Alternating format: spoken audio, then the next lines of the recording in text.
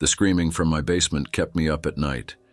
The women I had kidnapped and chained down there often wept or yelled until dawn, and I knew things couldn't continue like this. They were disturbing my sleep, making my life intolerable, and that made me furious to the point where my vision turned white with rage every time they woke me up. I would go beat them any time that happened, but they still kept screaming, and I knew I would have to find a better way to immobilize them. I had originally bought barbiturates, benzos, and fentanyl off the dark web. I also bought medical supplies like plastic tubing as well as machinery to titrate IV drugs. After a few experiments gone wrong where I accidentally overdosed a couple of them and had to administer Narcan, I found I could keep them incapacitated with a very low dose of fentanyl combined with high doses of IV benzodiazepines. But then my dark web connection disappeared, likely busted by the DEA or FBI, and I knew I had to find another way. I read about legal drugs, and one of them caught my eye. It was a red and white mushroom by the name of Amanita muscaria, commonly called fly agaric, a mushroom that appeared in pop culture references from the Smurfs to Alice in Wonderland to Super Mario Brothers, but one that almost no one realized was psychoactive and totally legal. It had incapacitating effects, often causing out-of-body experiences and catatonic states. This is perfect, I said to myself, smiling and feeling elated. I immediately ordered some Siberian fly agaric, and as soon as it came in the next day, I started extracting the active ingredients and diluting them in distilled water for placement in the IV bag. As I went out to check the mail, I saw a male about my height far away in the forest, running away in a panic from something behind him, something that appeared to drag itself forward at an amazingly fast speed on its arms, yet had no legs. But when I turned to look at it directly, they had disappeared into the thick brush.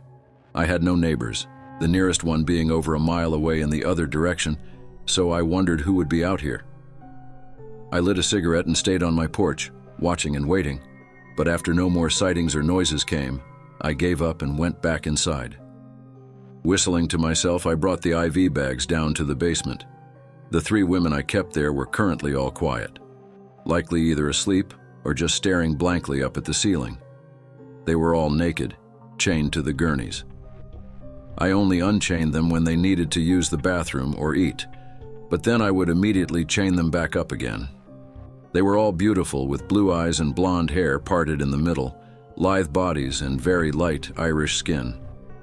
I walked down the creaking cellar stairs, moving next to my nearest victim. I didn't usually bother to learn their names, but this one was a hitchhiker and had told me when I picked her up. She said her name was Allie and that she was a college student. She was beautiful and young. She was sleeping when I started hanging the new IV solution of fly agaric up to the medical pole next to her bed. As the fluid began to drip through the clear plastic tubing, she woke up. Her deep blue eyes regarded me with hatred for a moment. Then she turned away, not saying anything. Her face had a look of hopelessness and despair on it that I had seen dozens of times before. Whenever any of my victims neared the end of their lives, that kind of vacant, hopeless stare was all that was left on their faces, sometimes accompanied by tremendous pain and fear, sometimes accompanied by acceptance and peace. Whistling to myself, I began to walk around the room, checking the other 2 women for infections, making sure their chains were tight and that they were still alive. I was about to grab the padlock key to unchain them one at a time, letting them use the bathroom and get some food and water quickly, so I could keep them alive longer, but then something started to happen from underneath Allie's bed. I heard a deep growling sound. Spinning around, I saw Allie's pupils had expanded to cover her entire iris. Her eyes were staring blankly past me with a 1,000-yard stare, and the room seemed to shimmer and glow around her. Underneath her bed, I saw a face with dozens of glowing white eyes staring out at me from the shadows. I backed up slowly, reaching into my pocket for the switchblade I always carried on me. It used its front limbs to crawl out, leaving a trail of reeking blood behind it and filling the room with the smell of iron and rot. The monstrosity looked like it was rotting from the inside. Its skin fell off in fetid bluish-purple layers, its mouth was full of blackened teeth embedded in sickly brown gums, but its dozens of eyes were what truly caught my attention. They were all blue, just like the eyes of my victims. Some were icy blue, like an Alaskan lake, while others were the deep blue of a tropical ocean. To my horror, I could even recognize some of the eyes and which of my previous victims they had belonged to. It dragged itself forward at a tremendous speed using its arms, with exposed muscle and bone showing through the worn, decaying layers of maggot-infested skin that covered them.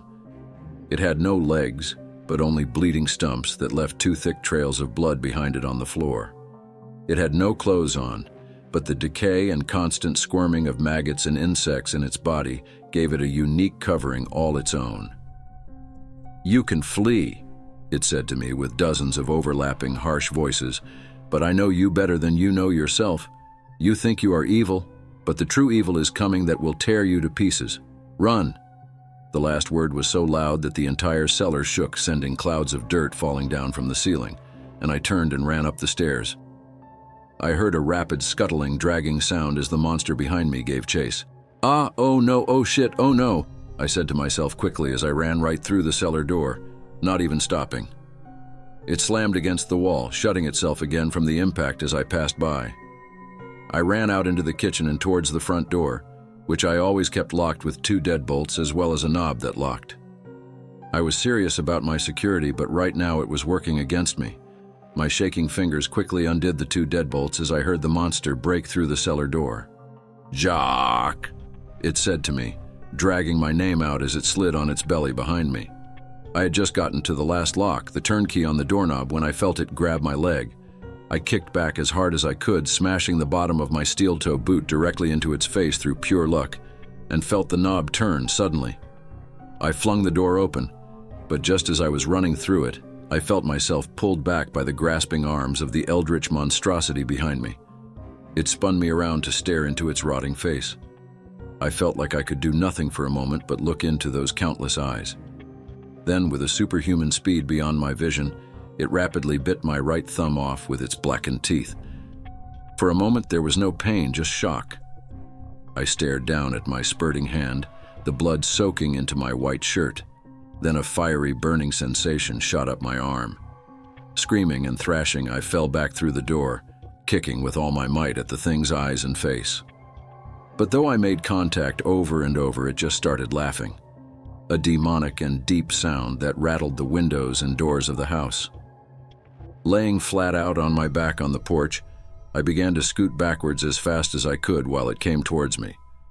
Fumbling in my pocket, I found the key for the deadbolt I kept on the basement door, pulled it out, and unthinkingly shoved the piece of metal into the center of its eyes. It made a direct hit into one of them, sending warm, vitreous fluid covered with squirming maggots shooting out onto my left hand. The smell was so pungent and the sensation of the insect so horrifying that I started to gag. But it bought me enough time to push myself up and begin sprinting into the woods. I held my mutilated hand with my good one, wrapping the cloth of my shirt around it to try to slow the bleeding. I knew if it kept spurting like it was, I would begin to lose consciousness from the blood loss. Then that thing would have me. The daylight was growing soft and weak as the sun set, but it was enough to see the brushes and brambles as I ran blindly ahead. After a couple minutes, I came into a clearing where I saw myself standing in the center of the field. I stopped suddenly, looking behind me for the creature, but there was no sign of it. Then I turned back to me and started moving forwards. I saw he only had one shoe on. "What the fuck is this?" I asked loudly. My doppelganger only smiled at me. "We've made a huge mistake, Jack," he said. "Who are you?" I said. "I'm you, obviously. Look." He raised his bandaged right hand, the strips of a white shirt wrapped tightly around the dismembered thumb. "How is this happening?" I felt like I was about to wake up at any moment, as if I were trapped in a nightmare. "You didn't do enough research into that drug you gave the young woman," he said to me. "Not only did you accidentally kidnap and torture a psychic who has supernatural powers, but then you gave her a drug that causes time loops and out-of-body experiences. Her mind is so powerful that it is disrupting the flow of space and time all around us. You are caught in the same loop now that she is subjected to instead of her nightmare state." I shook my head. "That sounds totally impossible," I said. "There's no such thing as psychics. Before today, he said, we also thought there was no such thing as monsters. Yet didn't you see the one who bit off our thumb? It had the eyes of every girl we've killed. She has recruited their spirits and pieces of their decomposing bodies to reform into a vessel for justice. You're being hunted, and you don't have much time. You have to listen to me and stop asking questions. I nodded at him, and he went on. Your only chance now is to run out the clock. That drug, the fly agaric mushroom, only has enough active chemicals in that one bag to keep Allie in a time loop for 20 or 25 hours, depending on how fast the drug begins to wear off when the IV bag is depleted. If you can survive the entire time, you might be able to make it out of this alive. Her power should start to fade back to normal once the drug has dissipated. He turned, looking. Did you hear that? I was about to respond, saying that I didn't hear anything, but then I realized I did hear something.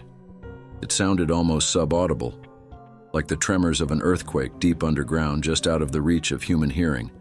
But as I listened, it grew louder, and the ground started to shake. Thousands of black decomposing hands began to reach out of the ground, sprouting from the forest clearing like rows and rows of cornstalks, and I screamed in terror. I was much closer to the forest than my doppelganger, so I began to back away rapidly. Some of the hands grabbed at my jeans and shoes, and I lost one shoe in the process of escaping. But within a few seconds, I was back under the cover of the trees. My doppelganger wasn't so lucky. He tried fighting, kicking at the nearest hands and pulling a switchblade from his pocket, which he used to begin stabbing and slicing at the dozens of hands that now grabbed his legs, feet, and torso. I saw black liquid dripping from the slices he made, but the hands were totally unaffected. They began to return to the earth, dragging him down with them. He shot me one final, terrified glance before he disappeared beneath the ground. "Found you!" a monstrous gurgling said from behind me. I turned around and saw the monster there, one of its eyes deflated and still dripping, its mouth opened in a grin that stretched across its face like a Glasgow smile, its cheeks ripping open from one corner of its face to the other as its grin kept widening. "Please leave me alone," I said, using my good hand to pull my switchblade out of my pocket. "I don't want to hurt you, but I will if I have to. I have no fight with you." The thing laughed, a deep and disturbing sound that echoed through the rapidly darkening forest. "You killed me, over and over," it said, "and now I come to repay the favor. A life for a life," the ancient said, "but your debt is overdue.